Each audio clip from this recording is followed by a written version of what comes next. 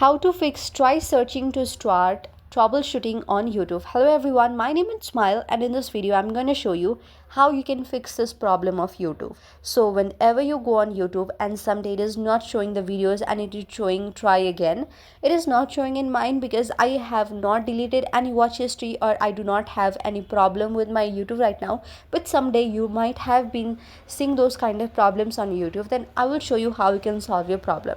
Just long press on your YouTube and a pop-up will come. On the top right side you will see the eye icon right here. Tap there, scroll down and go to the storage option. You will see clear data and clear cache. Delete your data and delete your cache from here and go back. After you go back, what you need to do is disable your YouTube. After disabling your YouTube, go to the Google Play Store. Make sure your internet connection is stable right here.